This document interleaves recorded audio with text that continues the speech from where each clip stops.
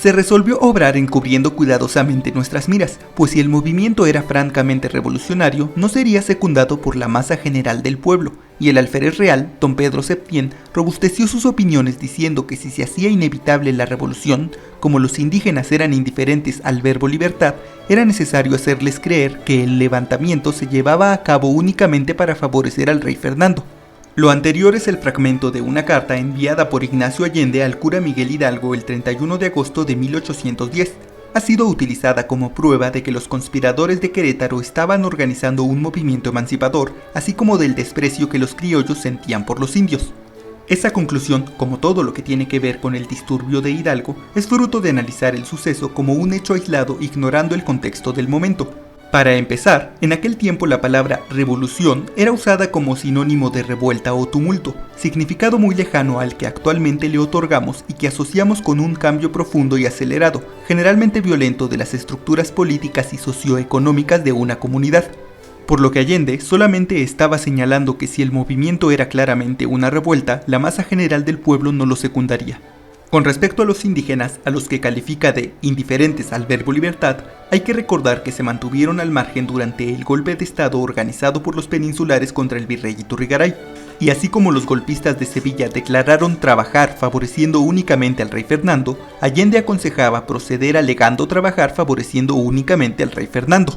En cambio, ha pasado desapercibida la mención de que el alférez real era partidario de los conspiradores de Querétaro. Por lo tanto, ¿cuáles eran los alcances y los nexos de los protagonistas de la conspiración? ¿Había peninsulares implicados? Lo que queda claro es que el plan original era pronunciarse en diciembre de 1810 durante la feria de San Juan de los Lagos con el objetivo de marchar hacia la Ciudad de México para deponer a las autoridades impuestas desde Sevilla.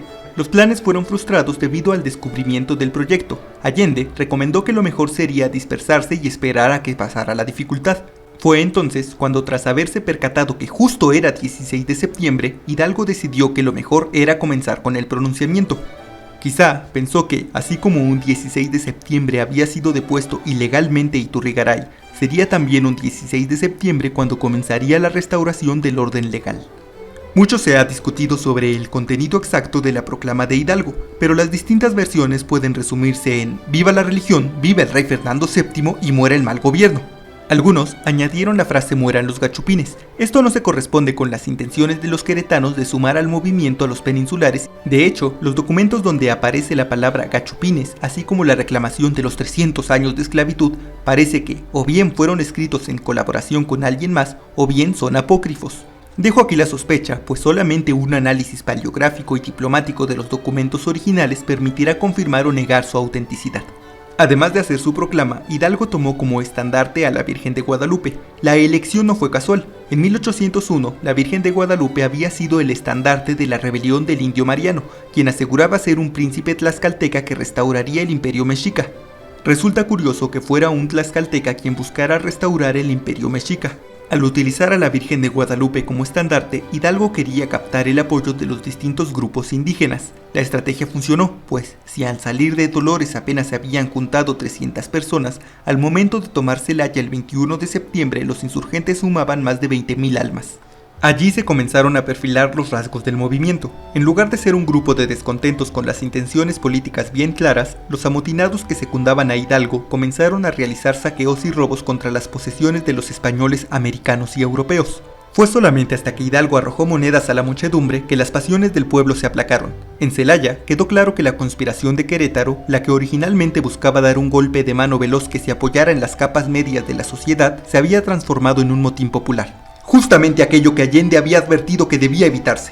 Después de eso, los amotinados pusieron rumbo a Guanajuato, una importante ciudad minera donde se hallaba una guarnición de 500 hombres a las órdenes del intendente Juan Antonio de Riaño, amigo personal de Hidalgo. Si Elizana hubiera hecho caso a las advertencias de Calleja sobre movilizar el ejército a las costas de la Nueva España para defender el reino de un hipotético ataque estadounidense, inglés o francés, los insurgentes hubieran tenido vía libre para avanzar hasta la Ciudad de México sin resistencia. Hablando de Calleja, el 19 de septiembre, Nicolás Zapata, alférez del regimiento de San Luis, le informó que en Dolores había comenzado una rebelión. Calleja, que estaba en su hacienda de Bledos, ya tenía información de la rebelión desde el 17 de septiembre. Incluso manifestó que los primeros objetivos de los rebeldes serían Guanajuato, Querétaro y Valladolid. Para evitar que cundiera la adhesión a la revuelta, el brigadier ordenó se concentraran a los habitantes de las haciendas vecinas en el Valle de San Francisco e instruyó al intendente Acevedo la congregación de los 3 regimientos provinciales en la ciudad de San Luis Potosí. Mientras tanto, ante la inminente llegada de los rebeldes a Guanajuato, el intendente Riaño mandó cartas a Calleja pidiendo urgentemente el envío de refuerzos. La respuesta de Calleja fue lacónica, y se limitó a un simple: estaré allí inmediatamente. No obstante, no mandó ningún contingente en apoyo de Riaño. Al mismo tiempo, el virrey Venegas nombró a Calleja jefe provisional del cuerpo del ejército contrainsurgente y le ordenó movilizarse contra los amotinados. Calleja respondió hasta el 1 de octubre informando que no había recibido los comunicados del 17 y del 24 de septiembre pues habían sido interceptados por los insurgentes y que debido a eso y a otros problemas no había podido movilizarse. Los insurgentes acamparon a las afueras de Guanajuato el 27 de septiembre. En la hacienda de Burras, Hidalgo redactó 2 cartas dirigidas a Riaño que fueron entregadas a la mañana siguiente por Mariano Abasolo. En ellas solicitaba la rendición del intendente y le aseguraba que los europeos serían tratados con todos los privilegios correspondientes. Es más, Hidalgo incluso garantizó la seguridad de la esposa e hijos de Riaño aun si éste plantaba batalla. Este no fue un caso especial por tratarse de un amigo personal de Hidalgo. A su entrada por Guanajuato, los líderes insurgentes colocaron escoltas en las casas de los españoles, tanto europeos como americanos, para evitar que sus bienes fueran saqueados. Allende incluso le disparó a su propia tropa con tal de mantenerlos alejados de la casa de los Alamán. Parece que los líderes insurgentes querían evitar a toda costa incomodar a los miembros de las capas medias y altas novohispanas. Aún así, Riaño y sus 500 soldados se negaron a deponer las armas y se parapetaron en la Alhóndiga de Granaditas. Junto a ellos se refugiaron quienes temieron por su seguridad. Después de un feroz enfrentamiento, los insurgentes lograron vencer a los defensores de Granaditas. La euforia y el desorden cundió y la multitud pasó por las armas a quienes se habían refugiado junto a la tropa de Riaño. Luego, y en contra de las órdenes expresas de sus líderes, salieron y comenzaron a saquear la ciudad de Guanajuato. Aquí conviene hacer una observación. Popularmente se considera que Hidalgo no se opuso a los excesos de sus seguidores, mientras que Allende intentó por todos los medios limitar los abusos. En realidad, ambos líderes buscaron frenar los excesos de los amotinados que los seguían, cosa que nunca lograron. Digamos, figurativamente, que el movimiento había tomado personalidad propia y escapado al control de los queretanos. Debido a esto, en Guanajuato, los planes de los queretanos se derrumbaron, pues se perdió definitivamente el apoyo de los estratos medios y altos novohispanos que no vieron más en los sublevados un movimiento al que poder sumarse. Así la cosa, el 15 de octubre los insurgentes entraron sin resistencia en Valladolid. El obispo de Michoacán, Manuel Abad y Queipo, quien en otro tiempo fuera amigo íntimo de Hidalgo, huyó de la ciudad. Abad y Queipo era un sacerdote de origen peninsular. Fue un ávido lector de los ilustrados franceses. Incluso, algunos plantean la posibilidad de que Hidalgo leyera a los ilustrados a través de la intermediación de Abad y Queipo.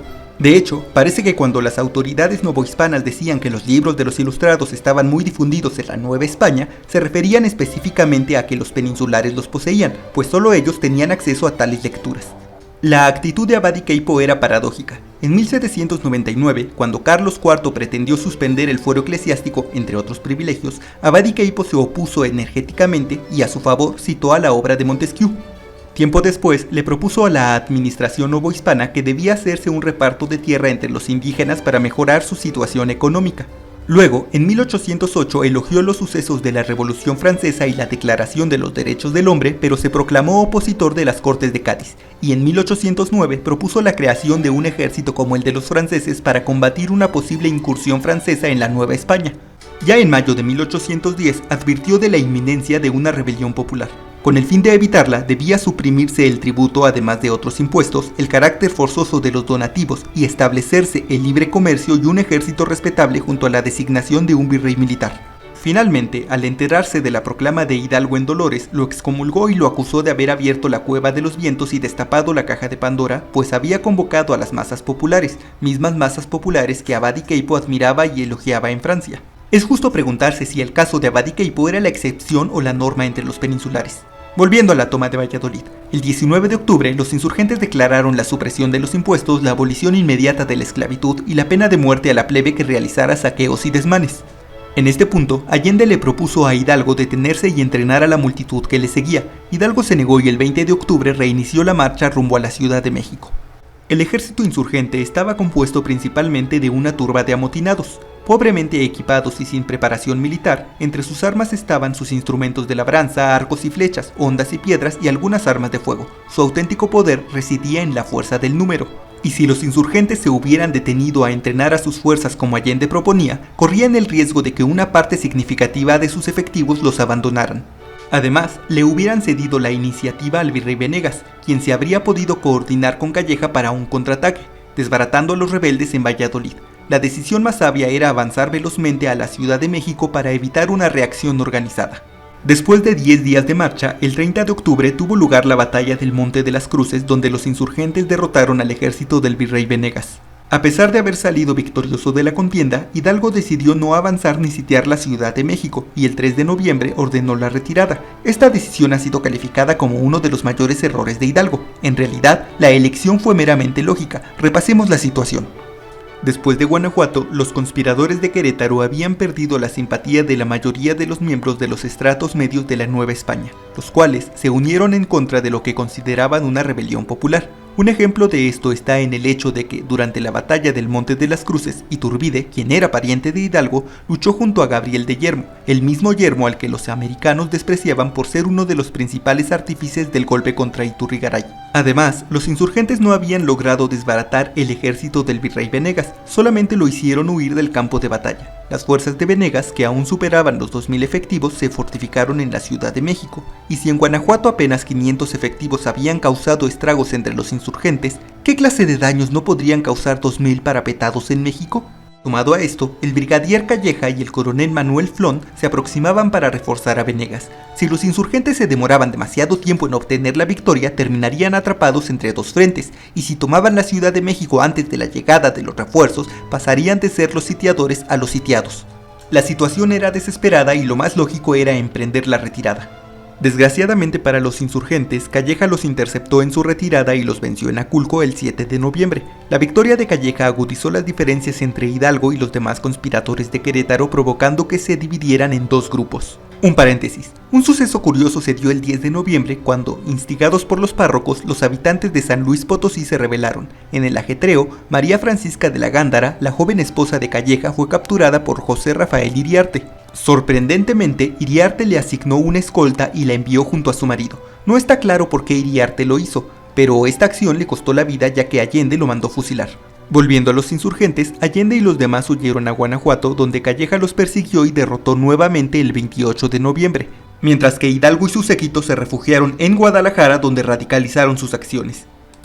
Al movimiento de Hidalgo le sucedió lo mismo que a la rebelión de Sicilia de 1647 y a la rebelión de Tupac Amaru II de 1780. Los tres fueron movimientos que originalmente buscaban objetivos políticos moderados, pero que conforme perdían fuerza y el apoyo de los estamentos medios de sus respectivas sociedades, debían radicalizarse apelando a las capas bajas para recuperar el ímpetu perdido. Pero entre más se radicalizaban, más perdían el apoyo de las capas medias, por lo que para volver a recuperar fuerza se radicalizaban más apelando a las capas bajas de la sociedad, lo que a su vez los alejaba más y más de sus objetivos originales. Fue en esa debacle que se dieron los mayores excesos del movimiento dirigido por Hidalgo. Por ejemplo, el 13 de noviembre, en Valladolid, Hidalgo autorizó la ejecución de algunos españoles que estaban presos en el Palacio Episcopal. Fue una condescendencia criminal con los deseos del ejército compuesto de los indios y la canalla, comentó Hidalgo tiempo después. Algo similar ocurrió en Guadalajara, donde presionado por las tropas, ordenó el 13 de diciembre la ejecución paulatina de los españoles, tanto americanos como europeos. Cuando se le recriminó no haberles hecho juicio, Hidalgo respondió doliente: ni había para qué, pues estaban inocentes. Asimismo, prohibió la esclavitud, suprimió impuestos y decretó un eventual reparto agrario entre los indígenas si obtenía la victoria. Fue también en Guadalajara donde su ejército lo nombró Alteza Serenísima. Mientras tanto, Calleja avanzaba rumbo a Guadalajara. Finalmente, el 17 de enero de 1811, ambos ejércitos se enfrentaron en la batalla de Puente de Calderón. El reconstruido ejército de Hidalgo era tan numéricamente superior que Hidalgo expresó confiado: almorzaré en Puente de Calderón, comeré en Querétaro y cenaré en México. Según Calleja, los rebeldes eran 100,000, mientras que él mismo contaba con apenas 10,000 efectivos. La batalla duró unas 6 horas y fue notable la indisciplina de las filas insurgentes, de las cuales apenas 8,000 entraron en combate. Los demás solo fueron espectadores. Después de horas de disparos de cañones, amagos, movimientos militares y el miedo a que Hidalgo ordenara atacar a su ejército al completo, Calleja se alzó con la victoria. En su informe a Venegas le exigió una recompensa a la tropa que había luchado en Puente de Calderón, además de quejarse de la desidia y de los excesos de los peninsulares. El antagonismo entre Venegas y Calleja, patente casi desde el principio, subió de tono por la negativa del virrey a recompensar al ejército victorioso. La respuesta de Calleja, en lugar de limar asperezas, parecía querer avivarlas. Este vasto reino pesa demasiado sobre una metrópoli cuya subsistencia vacila. Sus naturales, y aún los mismos europeos, están convencidos de las ventajas que les resultarían de un gobierno independiente, y si la insurrección absurda de Hidalgo se hubiera apoyado sobre esta base, me parece, según observo, que hubiera sufrido muy poca oposición. Nadie ignora que la falta de numerario la ocasiona la península, que la escasez y alto precio de los efectos es un resultado preciso de especulaciones mercantiles que pasan por muchas manos, y que los premios y recompensas que tanto escasean en la colonia se prodigan en la metrópoli. Calleja ocupó Guadalajara el 21 de enero, donde publicó un bando de indulto y organizó un nuevo gobierno, deshaciéndose de aquellos funcionarios que pudieran ser proclives a los insurgentes, estableciendo una junta de seguridad. Y aunque estableció una junta de caridad y requisición de bienes europeos, escribió a Venegas señalando la falta de compromiso de los peninsulares, proponiéndole que todos los europeos de hasta 70 años fueran armados y estuvieran disponibles para el servicio de las armas. Luego, el 24 de enero, Calleja dirigió una proclama a sus tropas nombrándolos libertadores de la patria y restauradores del trono y de la paz. Mientras tanto, entre los insurgentes se producían reclamos y rencillas que provocaron que el 25 de enero Allende depusiera del mando a Hidalgo. La situación entre los conspiradores de Querétaro era lamentable. Habían sido absolutamente derrotados y se dedicaban a huir del ejército virreinal. A su vez, Calleja acusó a Roque Abarca de proteger a los rebeldes. Roque Abarca era un militar de origen peninsular que inició su vida profesional en la Guerra de la Convención de 1795. En 1805 fue nombrado intendente de Guadalajara, y durante los sucesos de 1808 se opuso enérgicamente a reconocer a la Junta de la Ciudad de México y fue favorable al reconocimiento incondicional de la Junta de Sevilla, por lo que resulta extraño que Calleja albergara sospechas sobre él, ya que siempre se había mostrado fiel a las autoridades emanadas de la Junta de Sevilla. Finalmente, después de una implacable persecución, el 21 de marzo el coronel Ignacio Elizondo capturó a los líderes rebeldes.